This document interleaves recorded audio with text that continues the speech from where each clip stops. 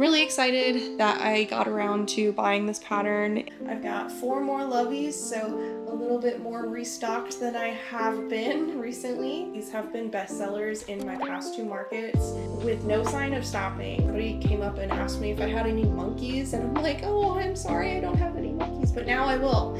Now I will have more monkeys. I don't think this was necessary. It's not their first year doing this, so I'm not really sure why there's so many issues happening. I have never been to an event that has been so disorganized and chaotic. I feel like an event of this size should have more foot traffic. This was not the first year of this festival. Pretty sure it's like 20 years going on, this festival has been, or almost 20 years, and so very disappointed.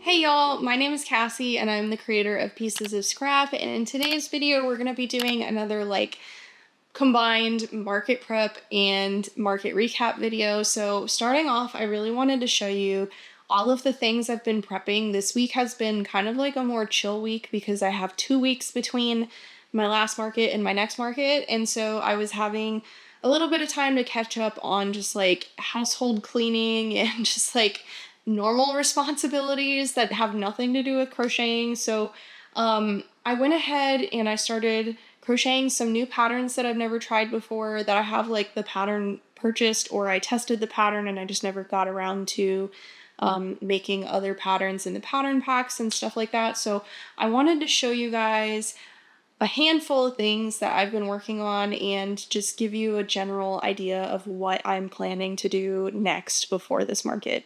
So starting off, possibly a year ago or a little less than a year ago, I was chosen to be a tester for a Lyra Loon tester call, and it was actually the first of her Dino Friends pattern packs. She has 2 with 2 different sets of 4 dino patterns, and the first one I tested the T-Rex for the pattern, but I finally got around to making another one. This is a Brontosaurus, so I got around to making a Brontosaurus, and I just absolutely love how it turned out. It's so cute. I used the Premier Gumdrop yarn to make him in this pretty green and orange variated shades, and I just love how it turned out.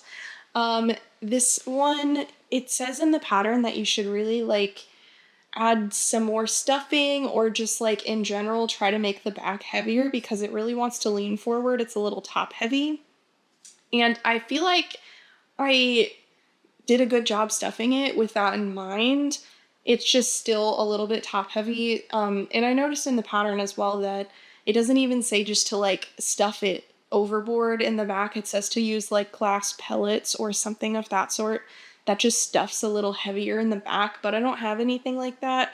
I kind of wish I had a bean bag that I could tear into or something like that to put little beans in the back or something, but I still think it's really cute, and I feel like most of the time it won't really be a problem. Setting it up and getting it to balance so that it doesn't lean forward super heavy is really easy. You just kind of have to finagle it a little bit so that he doesn't fall over, but it's just so freaking cute, and I love how he came out, and he's just perfect, and I think people will really like him. So I might make another one of these, I might not, but we will see how much time I have before my market if I end up making another one of these as well.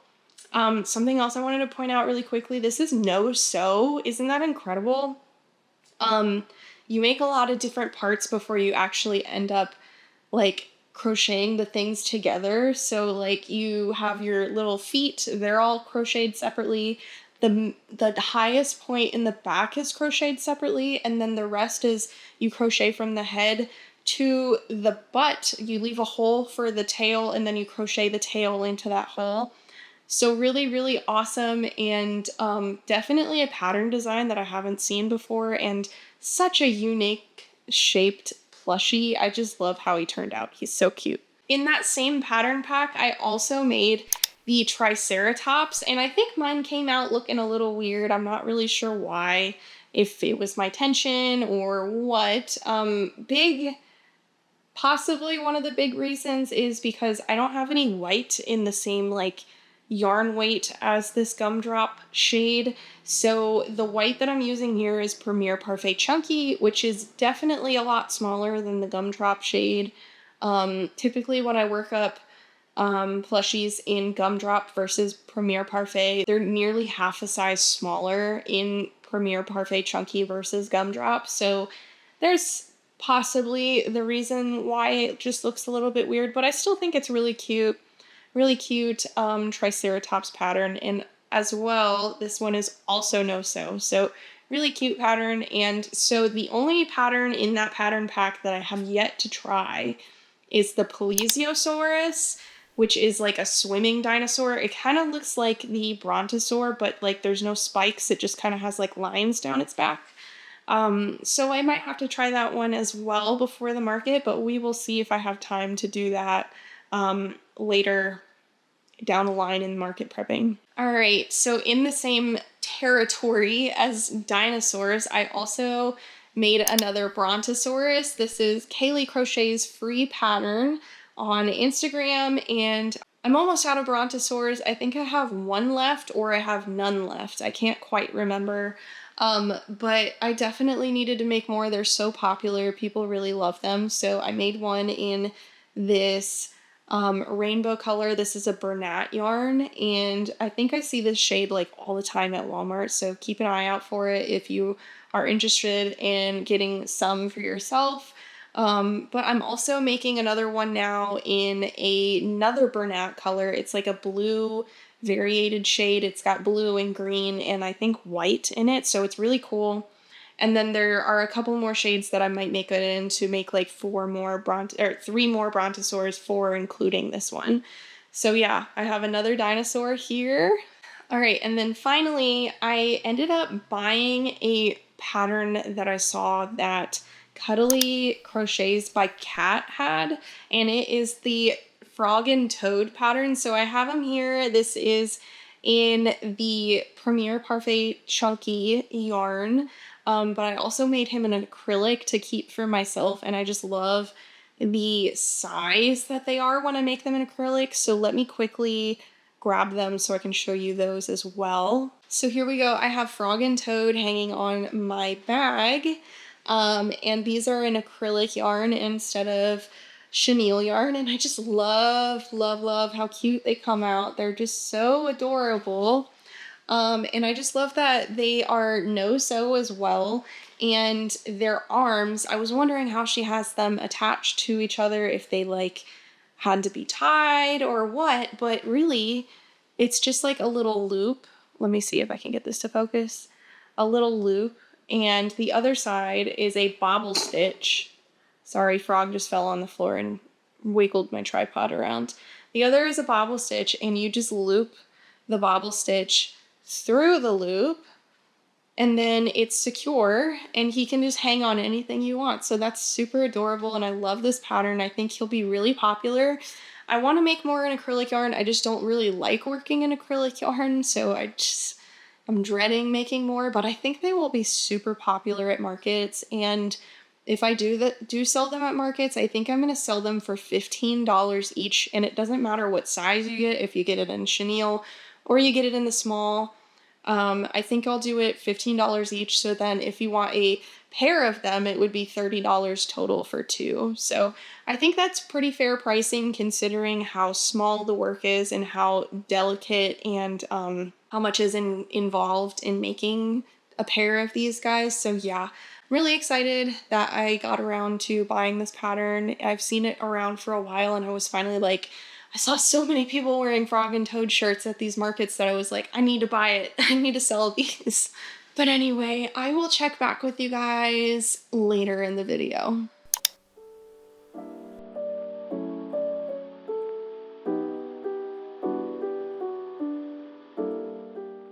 Hey guys, so I am quickly going to show you what I've been working on. I've been doing quite a bit of prepping for the Hot Pepper Festival, which is tomorrow, and I have a lot of things to show you. I've been working on a lot of plushies, like bigger size plushies than normal.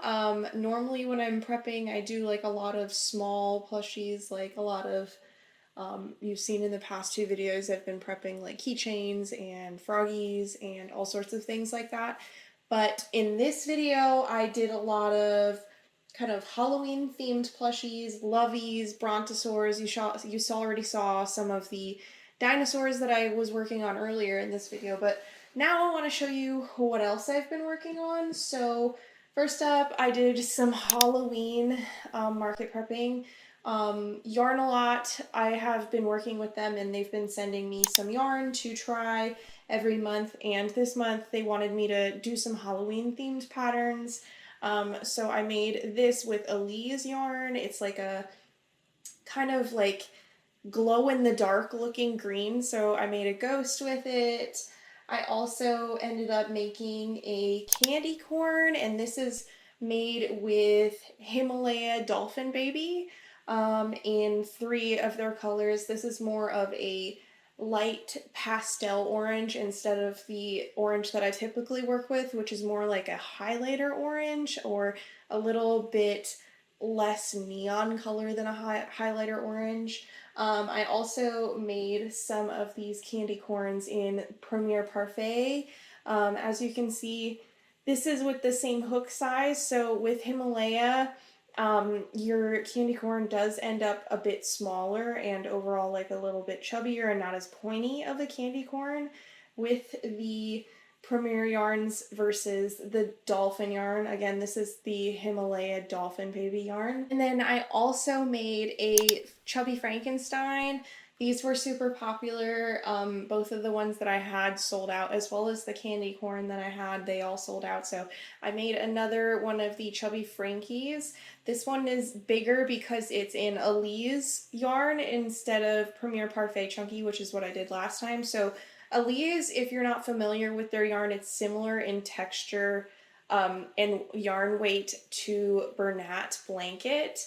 And I actually like it a lot more than Bernat Blanket because of the colors that they offer, but also it's got that really soft yarn texture that if you are familiar with like some of the Bernat yarn that comes out, it's a little bit softer because it's made at a different manufacturer, and this is similar to that texture. It's a lot softer, this Elise yarn. So if you're interested in trying any of these yarns out that I'm talking about that aren't my normal stuff, I actually have an affiliate code with yarnalot.com, and it will get you a bit of a discount off your order, and it'll also send me some commission off of your order as well. So if you're looking at purchasing some yarn and trying some of these yarns out off of yarnalot.com, make sure you check out that link in the description box.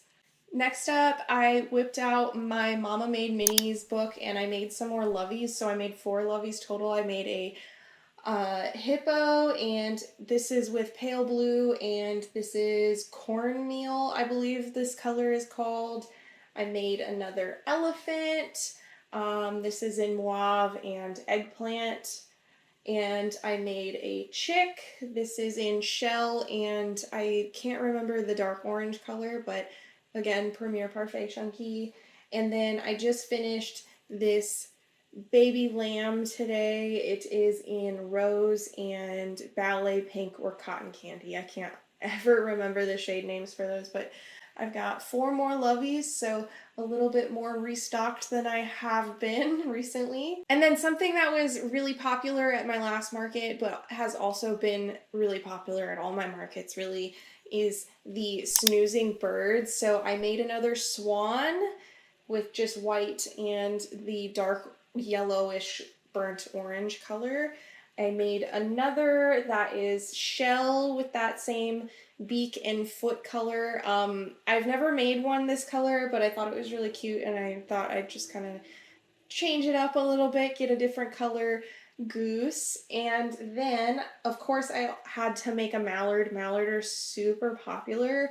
Unfortunately, I'm almost all out of this emerald color, so I'm going to have to probably order more before I can make another mallard, or it's just going to be in a lighter green color than this is. But this one, I think the neck is a little bit wider than it's supposed to be, and because of that, it doesn't like flop as much. As you can see, it's kind of stiff. It's kind of funny looking, whereas These two, they flop a lot more because that neck is smaller overall. So I think I just had too many stitches in that neck area on this mallard. But anyway, I got 3 of these Snoozing Birds now. I had to get around to making another giraffe because I think I have one left. I might not though. I had 2 of the normal giraffe colors, the yellow and brown, and then I had a pink, light pink and dark pink one, and they were very popular, so I went ahead and I made another one of these giraffes by Kaylee Crochet. And yeah, I'm super excited that I have another one in stock now. Everybody wanted a giraffe, which is really cool. These are such a cute gift, and I don't think a lot of people actually make giraffes for markets. So yeah, I just wanted a little bit of a more unique thing that I can sell at markets that people will be drawn to. A lot of attention was drawn to my giraffes, particularly because of where I placed them, I think, because they were on the same shelf as like where my bags and beanies were located, and a lot of people would come to the booth because they saw that and then they'd see the price and they'd look at other things, and the giraffe was prominently displayed in that same area. So I wouldn't be surprised if that is why a lot of people were like calling attention to it and stuff like that. But yeah, I made one giraffe. I got my yarn order in, I'm sure you guys saw, and I ended up making a bunch of froggies in that neon, the Premier Parfait Neons green color. So I've got 4 of these froggies here, and then I made 2 in key lime as well. So just as a comparison, that is the color comparison, and it makes this green look so light in color when it's right next to this neon green one. But I just love the froggies, and everybody loves these froggies. These have been bestsellers in my past 2 markets, with no sign of stopping. Froggies seem to be very popular. Not leggy froggies for whatever reason. I think people are kind of over the leggy froggies, but frogs in general, like froggy keychains, chubby froggies. And then at this market, I'm also bringing my frog and toads. But anyway, I'm really excited to get some more froggies out in different colors. And I was thinking about making maybe some more froggies today, very last minute, in the 2 Elise colors that I have. So this like glowing green that's really, really light, and this more, I think it's like a pistachio green color. So here's like a color comparison with all 3 of them on screen. They're all very different greens. Like this is in between these 2, and then the neon is obviously the brightest shade out of all of them. So yeah, obviously a lot of market prepping has been going on, and today I need to tag all of the items behind me as well as the items that you saw earlier in this video. Everything needs to be tagged. I need to add these things to my inventory, and then what I think I'm going to do before I pack up today is I think I'm going to just make sure I recalculate inventory so I have a starting number, because I did reconcile my inventory, but the past 2 times I reconciled my inventory, I didn't like total up the total amount in price that my inventory was, which isn't a huge deal because I can always just take the, what's missing and subtract it from the total. But I really want to make sure I have a good idea of what I have, just so that I have like a good like reset starting point before my market tomorrow. I also wanted to talk to you guys a little bit about kind of like expectations for tomorrow before we get into like the recap or any like vlog footage I take tomorrow at the event. So I have never actually been to this market before, and I've never attended the event before either. So I have, I don't know, not a lot of expectations for this event. I know that it's set up a little bit differently, and I'm not super comfortable with how it's set up. So normally when you sign up to do an event, you will get emailed like the week of or the week before, with like your booth number, a map of the event, all of that, as well as like a refresher of all the rules and guidelines that you're supposed to follow. This event was not like that. I had to like badger the event coordinator over and over and over again on Facebook to actually like make sure that they weren't missing me on the email list and make sure that they actually sent out the vendor information in email, because this, like I said, this is my first time going to this event. I don't know what to expect, but they waited until Wednesday of this week, the event's on Saturday, to send out the email like at the very end of the day. So you can imagine my disappointment when I got that email and it doesn't have any like real information in it. It just basically said, you know, when you get to the event, you'll have to check in at this booth, and then we will give you your booth number, which makes me a little bit worried that it's going to be like first come first serve for like the booth number that I get picked for. But at the same time, when I was reading through the email that they sent me, it kind of sounded like some places, like any ministry booths, they will be kind of like in the same area, and same for like political booths, since we're so close to the election, those will be in like a congregated area. And so I wonder if the rest of the booths are kind of going to be like first come first serve, like I was saying, and like kind of randomly assigned, or if it's going to be all of the craft booths in the same section and I'm going to be stuck next to like 3 or 4 different crochet booths. I don't know how that will affect my sales, and I'm just hoping that the way that they have it set up, that they put thought into it and it's not just like randomly assigned or whatever. So yeah, I'm a little worried about tomorrow.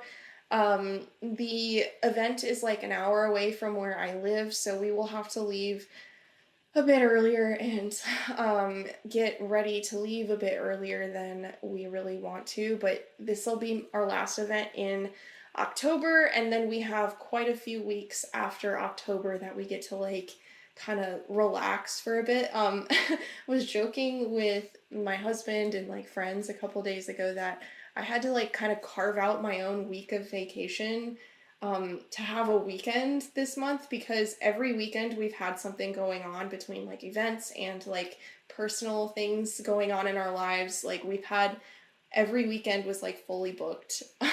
Feels like I haven't really had a weekend, and so I went ahead and I scheduled 2 days of time off of my full-time job just so that I can, you know, like refresh and kind of recuperate. Unfortunately, that didn't really happen because then I had to take my dog to the vet.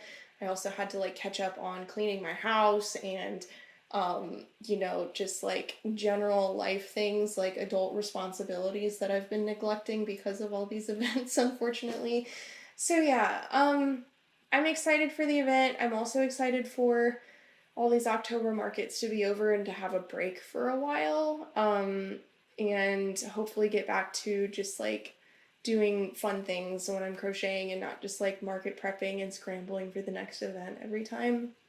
Not that I've felt like super stressed about these events. I feel like I've been relatively prepared and like I thought out a lot of the planning and stuff like that so that I make sure that I'm on top of everything. But I think biggest worry is just that I feel like I don't have time to do like commissions when people approach me and they want a commission. Like I feel like I don't have time to do that, and working on patterns and stuff. Like I have a pattern written up and ready to go. I don't have time to like make a tester call right now.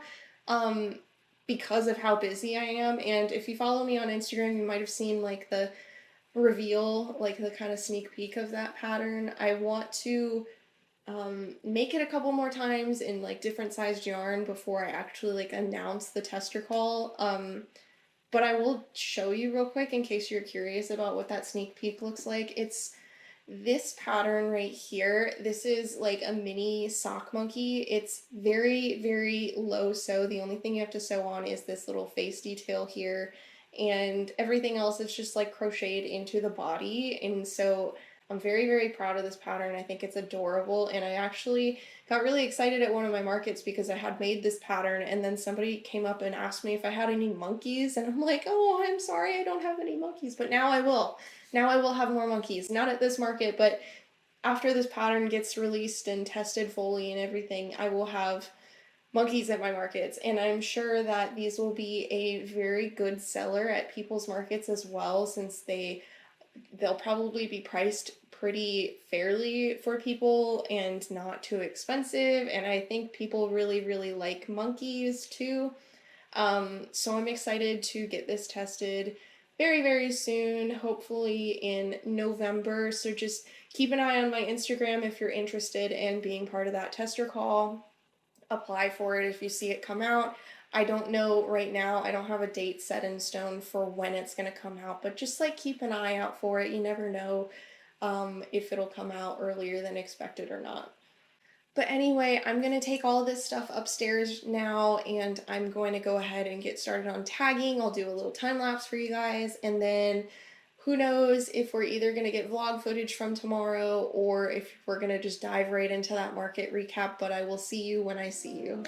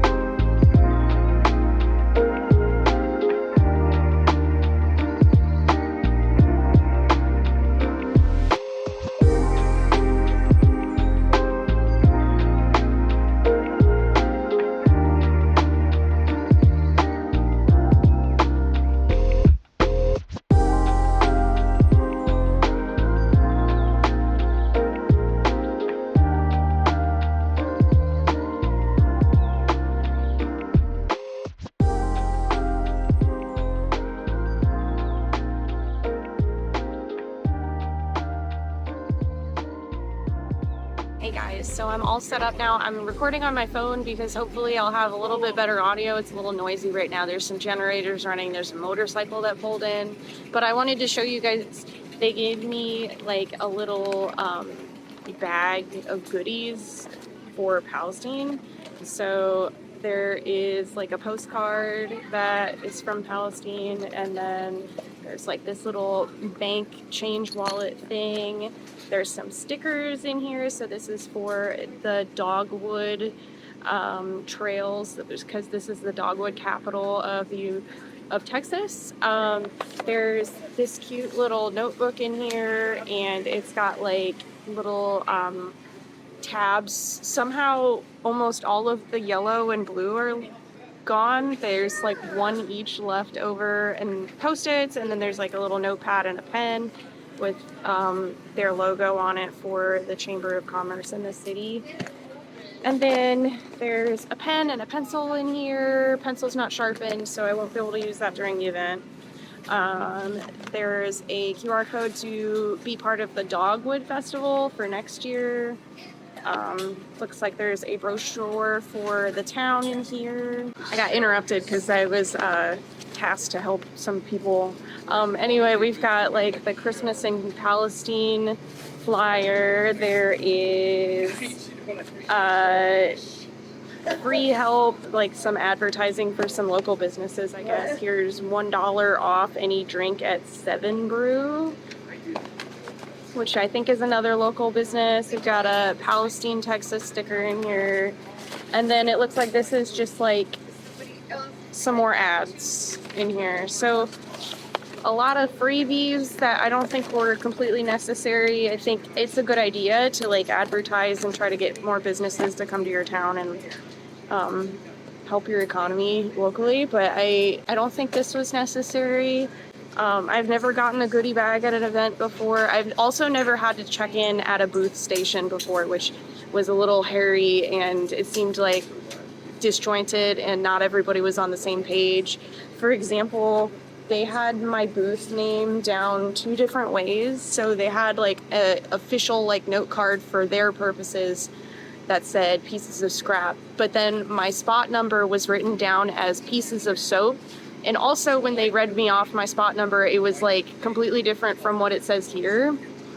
So a lot of weird stuff going on, and my husband's currently walking around getting some footage because apparently there's not like a set food court at this event, and food is just like throughout in between all of the booths and just kind of random. Everything is random. It's been a very hectic morning. A lot of people have been moving. We're not even really in the spot that we're supposed to be in because there's another food truck right next to us that's just kind of like extending a little bit further into our spot.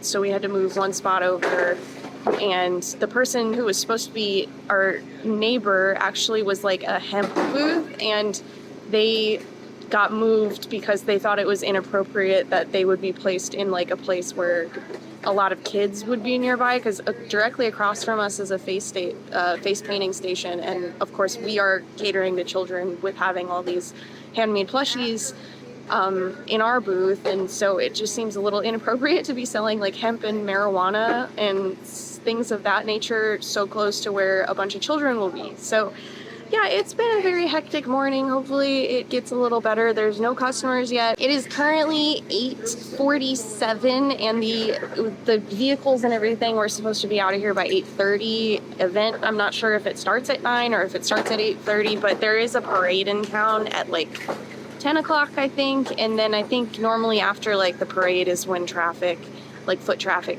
starts coming through, like at least at like the Peanut Festival and the Love Fest that I did in Lovelady, Texas earlier this year. That's usually when customers start to come in. So we'll see if that's the same here. This seems like a pretty big event. It's not their first year doing this, so I'm not really sure why there's so much, you know, so many issues happening. But I'll check in later today if it gets slow, or I will check in with you guys once I'm home talking about the market recap. Hey y'all, so it is Monday, 2 days after the market now. So first off, the coordination of this event was just a nightmare for me. I have never been to an event that has been so disorganized and chaotic first thing in the morning when you get there. This has also been the first event that I've ever had to check in at a check-in station before I know what my booth number is, before I know on the map where I'm going to be, or even have like an idea of what streets that the vendors would be selling their products on either. I had like no idea going in.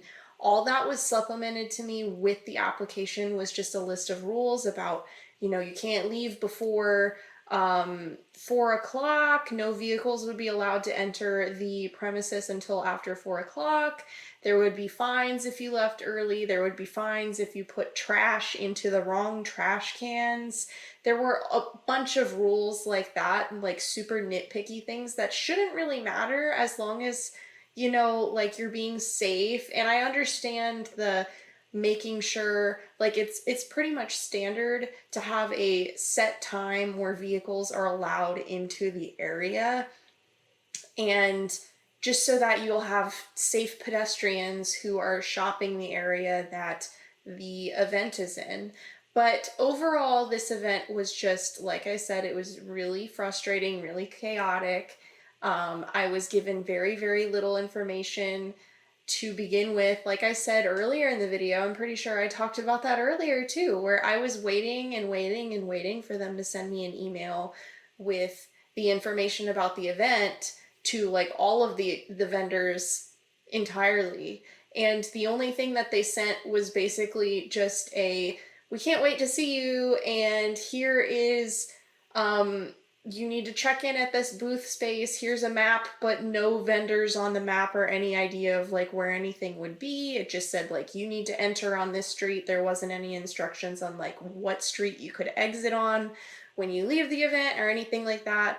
And they also said that they were, you would get a goodie bag when you checked in. So I was hoping that when I got that goodie bag at the event, that there would be like further instructions or rules or like paperwork that would answer any questions that I might have as a vendor at the event. But like you saw earlier in the video, I picked through that bag and I showed you everything that was in there. There was nothing about the event in the bag, which is just incredible to me. That I feel like it was a complete lack of foresight that they didn't include any information about the event. And then like my experience at the check-in booth, they had my name written down wrong, as I think I showed you guys this earlier, but they wrote my name down as Pieces of Soap, like my business name down as Pieces of Soap, in their own paperwork, they had like a separate set of note cards for themselves to make sure they were like checking off who was there, I think, or something like that. They had my name correct there, but on the piece of paper that I'm supposed to get that tells me what my booth number is and the phone numbers of the people at the event, it was written down as pieces of soap, which I have no idea how you mess that up. And then the other thing was when I was telling the lady, like, no, I'm not a soap vendor, like, my business name is Pieces of Scrap, and it might not be under my business name, it might be under my full legal name, and so I gave her that as well, and still, she couldn't find me. So at one point she was looking through everything, and I was like, can you just show me the one that you saw that said Pieces of Soap? And she showed it to me, and it says Pieces of Soap, like that's basically my name, but it's Pieces of Scrap. And then she didn't have a note card for Pieces of Soap, she had a note card for Pieces of Scrap. So she wrote it down correctly in one area and incorrectly in a different area. So I don't know if that's because like two different people copied down the information or what, but very frustrating. And then on top of that, I'm standing in line, I get this to me after like I kind of like try to help her find it because it's written down improperly. And then the main event coordinator is on FaceTime with the other person at the check-in station who's supposed to show me on the map where my booth is, because I have no idea. I just have the spot number. And so I'm waiting for them to talk to me, and they didn't say anything to me. In fact, they were kind of waiting for me to leave, and they were confused on why I was still there. So I went ahead and I was looking at the map and trying to figure out where E19 was, and I finally found it, and then I was like, okay. And then I made like a mental note of how to get there from where I was according to the map, and yeah, I was able to figure that out. But the whole time in the FaceTime call, I was listening to the main event coordinator yell at these other volunteers about trying to show her on FaceTime part of the map so that she could locate where a vendor could move to or where a vendor was supposed to be. I wasn't 100% sure what she was doing, just that she needed to see the map. She wasn't really communicating well with them, but she was yelling at them when she was communicating.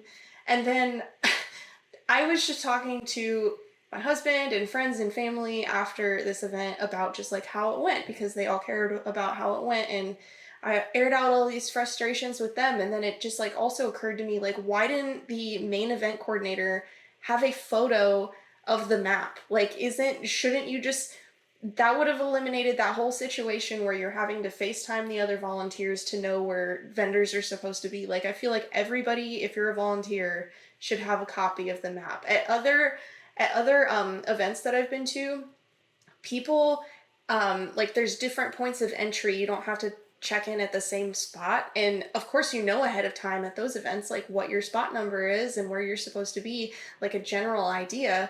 But there's also people in those points of entry at those events that are like, they have a clipboard so that they can tell you where you're supposed to be if you don't know, and they're prepared ahead of time. It seemed like nobody at this event was prepared ahead of time.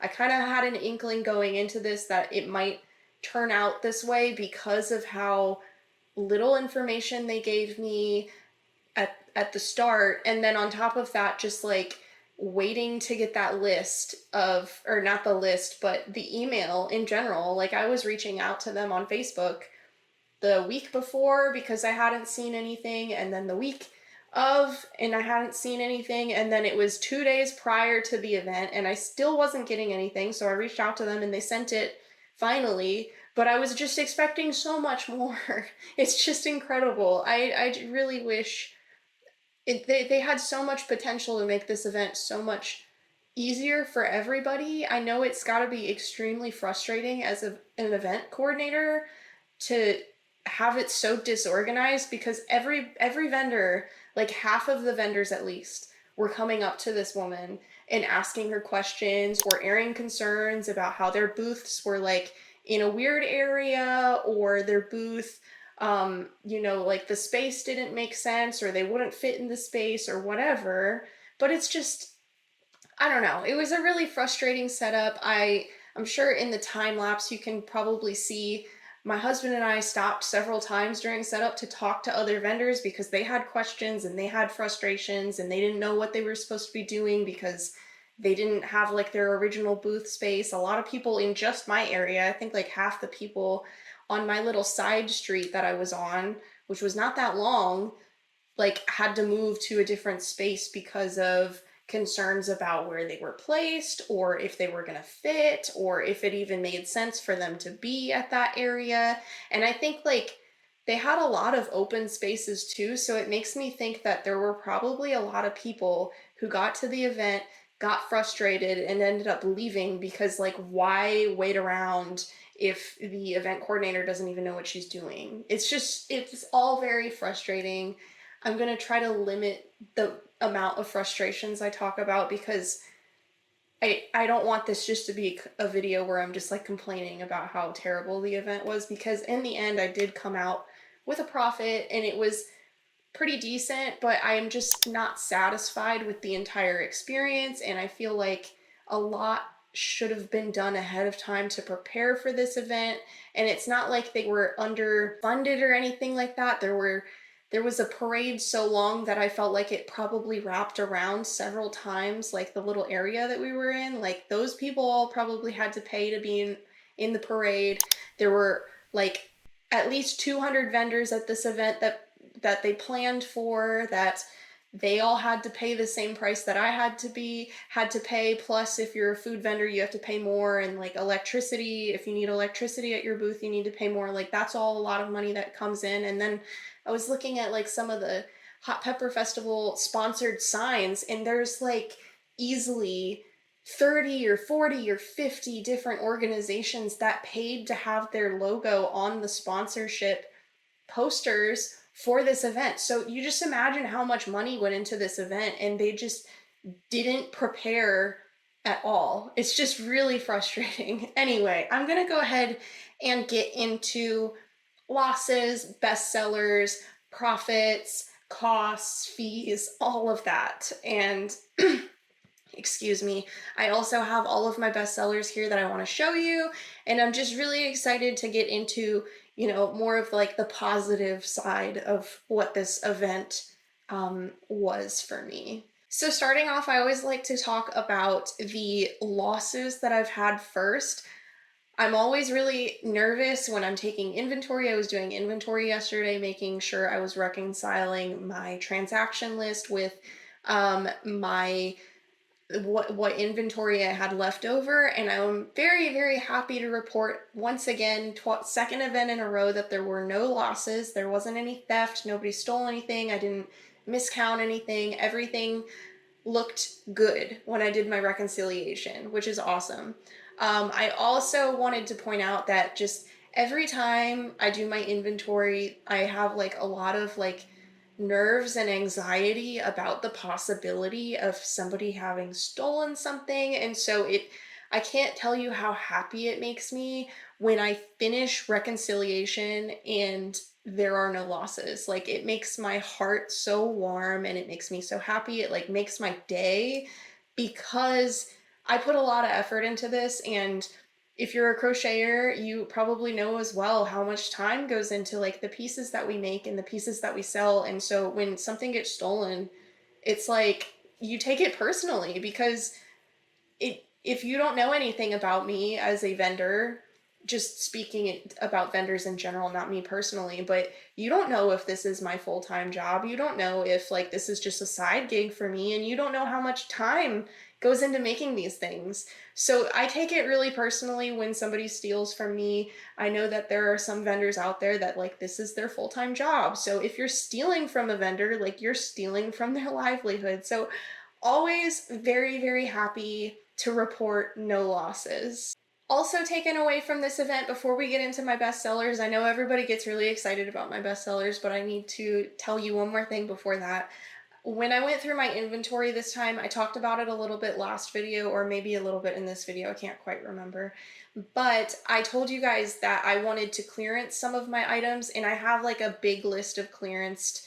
Like I actually have a box dedicated to things that need to have the prices knocked down on, and I took note of that on my inventory list of which items need to be clearance so I can give a little thought and consideration about how much those products should be priced at.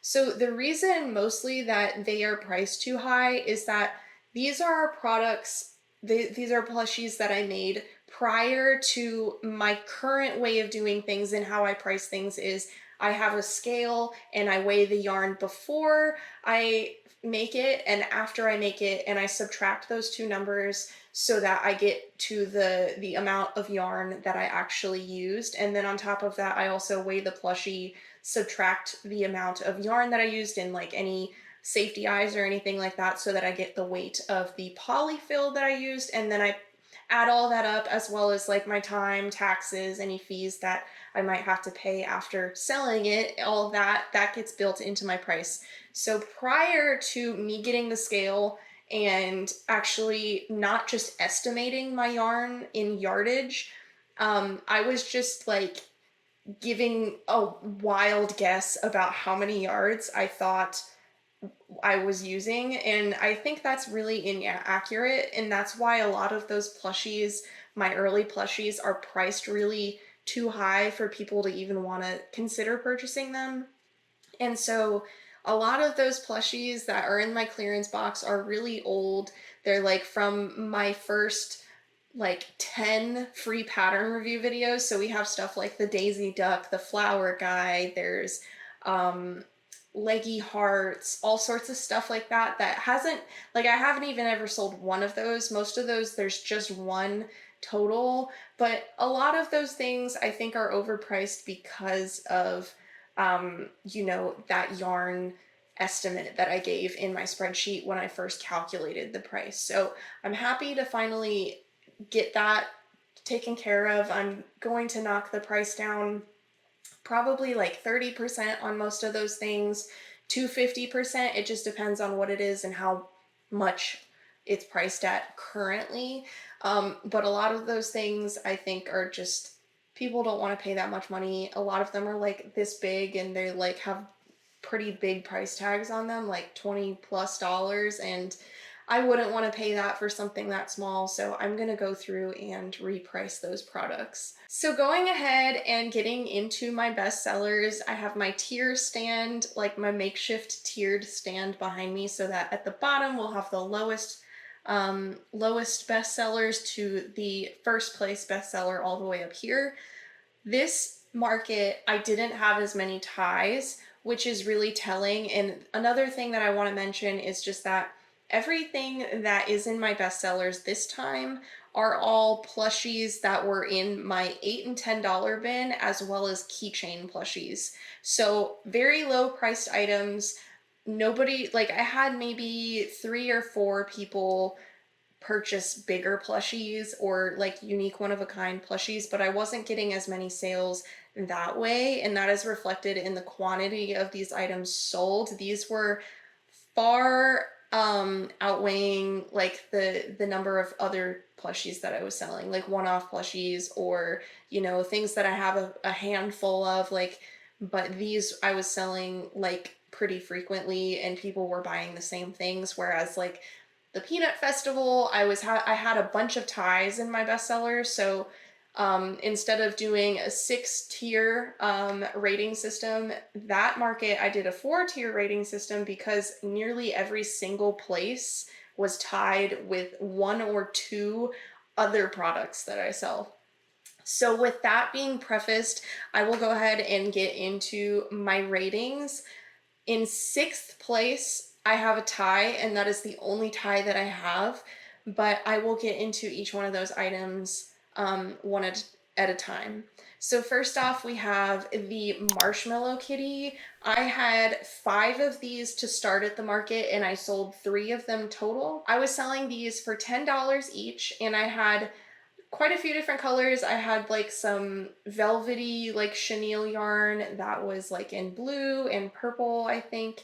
And then I had 2 in this color. I had a black one, and then I think I might have had a white one. So these were selling well. I am always surprised when they sell well because I'm not really a huge fan of what they look like. I kind of wish they had little bobbles on the bottom to be legs instead of just being like a log. It's just like a cat log. But yeah, so people really enjoyed these Marshmellow Kitties. This is a pattern that I have reviewed in a past pattern review video, and it is a free pattern, of course, so I will link all of the patterns that I am about to mention in the description below, as well as I will let you know what videos those were reviewed in if you are interested in hearing my review as well. All of that information will be in the description box. The second item in the 6th tier rank was my flower keychains. I had 14 of these to start, and I sold 3 of them total, and I was selling them for $5 each. I have a bunch of different colors of these, but I grabbed 2 in particular. Most of the ones that are left over are like purples or blues, so most of the keychains that are selling in this flower keychain pattern are like pinks, or they have yellows, or things of that nature. Not really as many sales when the keychains are blue or light purple. So I don't know if I'm going to make more of these. If I do, I'll probably make them in pinks and yellows, oranges, stuff like that, because those seem to be the more popular colors. Next up, in 5th place, we have the mini octos. This is another pattern that I've reviewed in my free pattern review series before, and these work up really quickly. They're no-so. I was selling each of these for $8 each, and I had 9 of them to start. I sold 4 total. And what I'm noticing when I was looking at my inventory when I was reconciling yesterday was most of what's left over are these velvety purple and dark purple. It's eggplant in Premier Parfait Chunky, if you're familiar with that color. Those were not selling as well, but I had lots of different blues. I had like velvety light blues. I had just a bunch of different shades of blue, and those were selling more frequently both at this market and the Peanut Festival than the purples are. Like I said, the purples are really the only thing left over. This is the last blue that I have left over. Now in 4th place, we have a brand new bestseller that has never appeared before, and this is actually my own pattern. So we have the emotional support veggies, and these are just little veggies. Each of them is my own pattern. They have their own like little supportive saying on each of them, and I sell them each for $10 each. Just because it takes a little bit more to make that little sign for each of them. And I have several different color combinations and different sayings on each of them. I think the mushrooms, they have like 3 different possibilities for what the saying is. And then corn and root veggies, they both just have one possibility of what the saying is. And then there's also a cauliflower instead of a broccoli as well. And I think the cauliflower has a different saying just to call out that it is cauliflower. So anyway, the thing I was noticing about these guys was mostly just that none of the regular veggies, so the corn, the root veggie, or the broccoli, were selling really. It was mostly just my mushroom boys. These were selling exclusively out of my emotional support veggies. And I think it's mostly because people were looking for like a small mushroom. And so maybe in the future I might just make some of these mushy boys back without the sayings. But I also like the idea that people want a mushroom. I noticed a lot was people would look at my crochet kit section, and in that section I have like a little display mushroom, and people would want to buy that mushroom, but it's just a display. And so I would point them over to my emotional support veggies, and they wouldn't even really like look at the saying that they had on them, and they would just outright pick one of the mushrooms that they liked and purchase it from me. So people really liked these. They were comfortable with the price point of $10 for the little saying on them as well.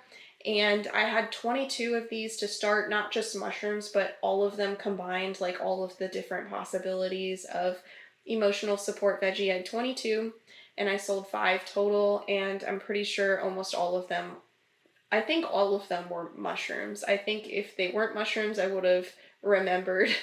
But yeah, Mushroom Boys in my emotional support veggie collection were doing very well. All right, next up I have the mini Triceratops in third place. I'm actually really surprised and really happy that these were doing well again because I prepped some just for, because I noticed that I was running low on mini Triceratops. So I'm very glad that I did, and I sold 6 of these. I can't write, I don't remember how many I had to start, but it wasn't like a significant number. It was probably like around 10. But for some reason I didn't go back and write down how many I had. Not that it really matters. But I had quite a few of these. I displayed them in every color that I had available, and I think I was selling them in like pink, and blue was really popular, like the light blue, and pink was doing really well, and I think what I have left over is like purples, these green ones, and there's maybe one pink one as well. There's one pink one in my inventory that doesn't have the embroidered facial details on it, and I really need to get around to doing it because people just do not want to buy that one because there's no face details on it. So yeah, anyway, I was selling these for $8 each, and I sold 6 of them, so it makes it third place in my tier. Next, we have second place, and this will be kind of a surprise to some people because these have been in my first place ranking for the past 2 videos, but Chubby Froggies got knocked down a peg. I was selling these for $8 each. I had 11 of them, and in this market, I was finally seeing people actually want the Chubby Froggies in Emerald, and that was really awesome, and people weren't as picky about what color frog they wanted. But yeah, people really, really like them. Some Chubby Froggies, I was selling them for $8 each. And no surprise to anybody, they are still really, really popular. I think people kind of prefer them over the leggy froggies even. All right, and finally in first place, we have a keychain pattern, and it is the tiny chicken keychain pattern. I have a chick here without like the comb on top, and then I have one with a comb. I was selling these for $5 each. I had 13 of them to start, and I sold 9 total of these little keychains. And something that I was noticing a lot was people would be really attracted to the keychain section because of how cheap they were and because of how little they are, and like at all age ranges were attracted to the keychains. And something else that I noticed was like couples would come in, like teenage couples, and they would want like matching keychains. So a lot of them would be buying chickens. Like I had 3 separate purchases, I think, that they only bought chicken keychains, and they would buy 2. They'd buy one for themselves and then one for their partner. So that was really cool, and it's really awesome to see these doing so well.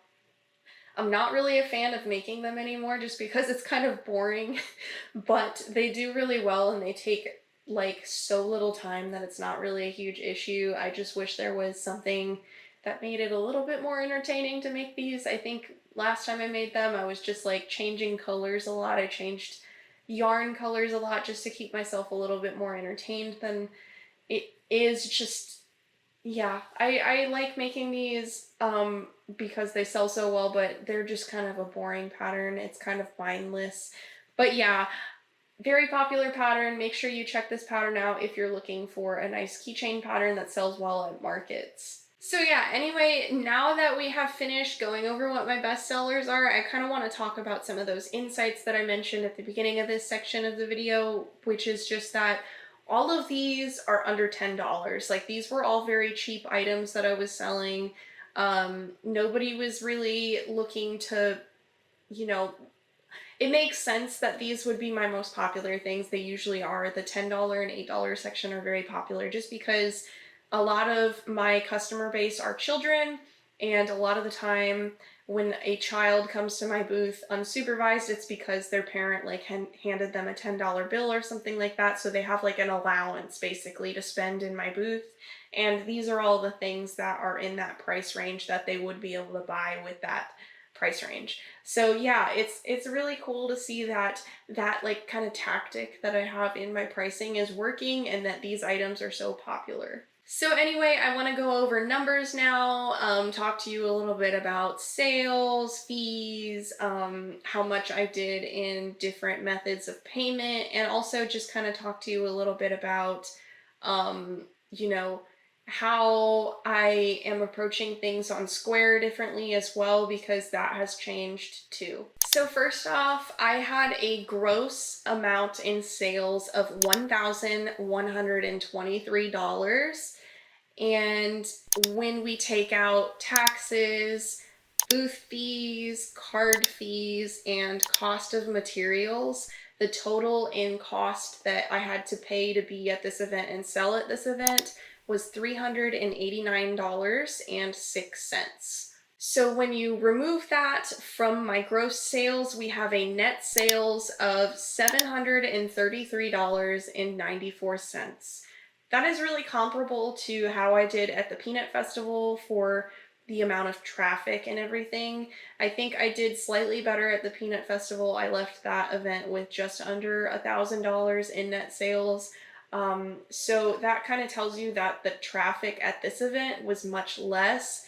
And something I noticed about that as well was just that people were packing up, like vendors were packing up to leave this event a whole hour earlier than they were supposed to. We were not allowed to bring vehicles into the event area until after 4 o'clock, but people were packing up to leave at 3 o'clock. I think that impacted my sales a lot because people started to see vendors clearing out of the area, and because of that they started to leave the event earlier or just like do something else at the event that wasn't shopping. So I really think that impacted my sales a lot. Another thing that probably impacted my sales a lot was just the area in which they put me at this event. I was right next to a funnel cake truck, and across the street from me was a barbecue vendor, and then just generally in the area there was the main street, which was on either side of the street there were vendors, and that was like the main area people were walking, just because you don't have to like turn or think about where you need to go or anything like that. And I was on one of the side streets that first of all, the funnel cake was obstructing the view of the things I was selling to people. And then secondly, it's just, you're not really going to go down a side street unless you see something in particular that you want to look at, unless you're one of those people who wants to see everything before they make a decision about what they're going to go back to and purchase. I also noticed that the street that I was on was one of like the entrance exit areas, because that was where one of the parking lots was available to park at for this event. So a lot of people were entering the entire event from that area, but they were also leaving from that area. So somebody who entered would maybe look at my stuff really quickly and then decide not to make a purchase right away, because then they would want to like look at what else was available so that they didn't spend all their money in one area. So that was kind of disappointing to me. I noticed that also at like Christmas in Crockett last year. That was kind of the same deal. I was in an area where people were entering and exiting, and so they were just kind of overlooking me entirely. So having my booth in an area where it would have been more trafficked both directions would have been really helpful for me, because really people weren't coming back and forth in the area that I was in. It was just like an entrance and then exit, and not really like a return multiple times kind of thing, which was kind of disappointing. As for the way that I'm doing things differently on Square is that I started recording my cash purchases in Square. I'm not sure if I mentioned that in the last video, but it's made it a lot easier for me to track my transaction list and double check it, because I'm still tracking my transactions in my Excel sheet itself while I'm at the event, but sometimes I forget to note that somebody purchased something from me if there's a bunch of things back to back really quickly. So it's been really helpful to record all of my cash payments, and as well as like app payments as well, because you can also do Venmo payments, Cash App payments, stuff like that.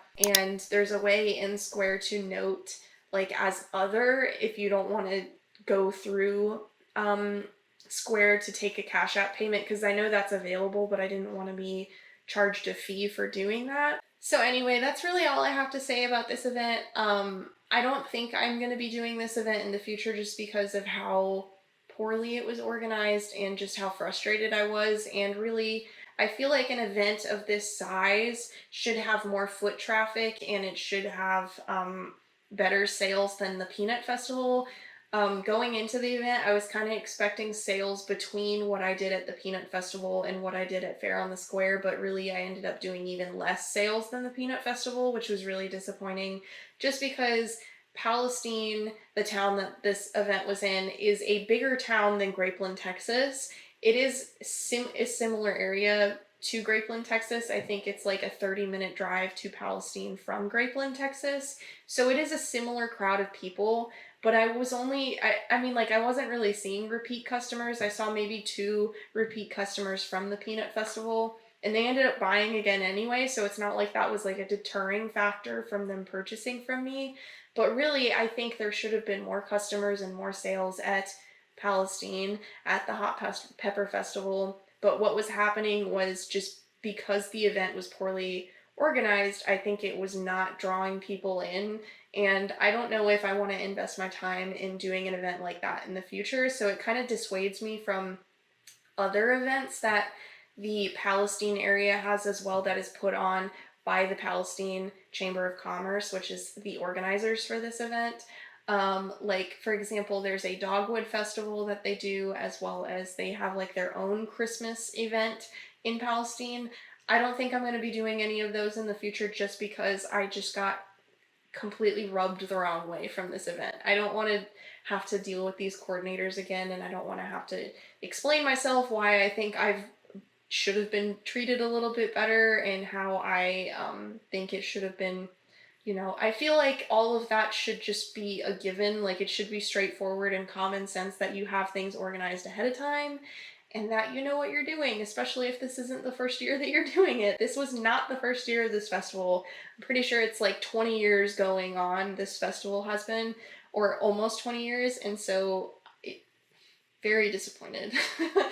But anyway, I hope you guys enjoyed this video. I hope that if you're prepping for a market, you have better results than I did at this one. But I mean, it goes to show you that, you know, this is my first like genuinely bad experience at a market. And so it's not all bad, and I think most of it has been good. There are some times where you get frustrated. Mostly I feel like it's on my own behalf because I don't think about some decision I made, or I don't think about like all the preparation that goes into being at these events. But I feel like I was fully prepared for this event, like as much as I could have been, and really there's nothing I could have done to make this situation better, and that is why I'm frustrated about it, if that makes sense. But anyway, I hope you guys enjoyed this video. I know I already said that, just trying to get myself back on track. But yeah, if you liked this video, make sure you give it a thumbs up. Comment down below what you're working on. Let me know if you have any markets coming up and if you have any questions for me. I've been thinking about doing a Q&A video in the future, so drop down any questions you might have that you might want answered for that video that's coming in the future. And anyway, I hope you guys have a great day, and I will see you guys in my next video. Bye.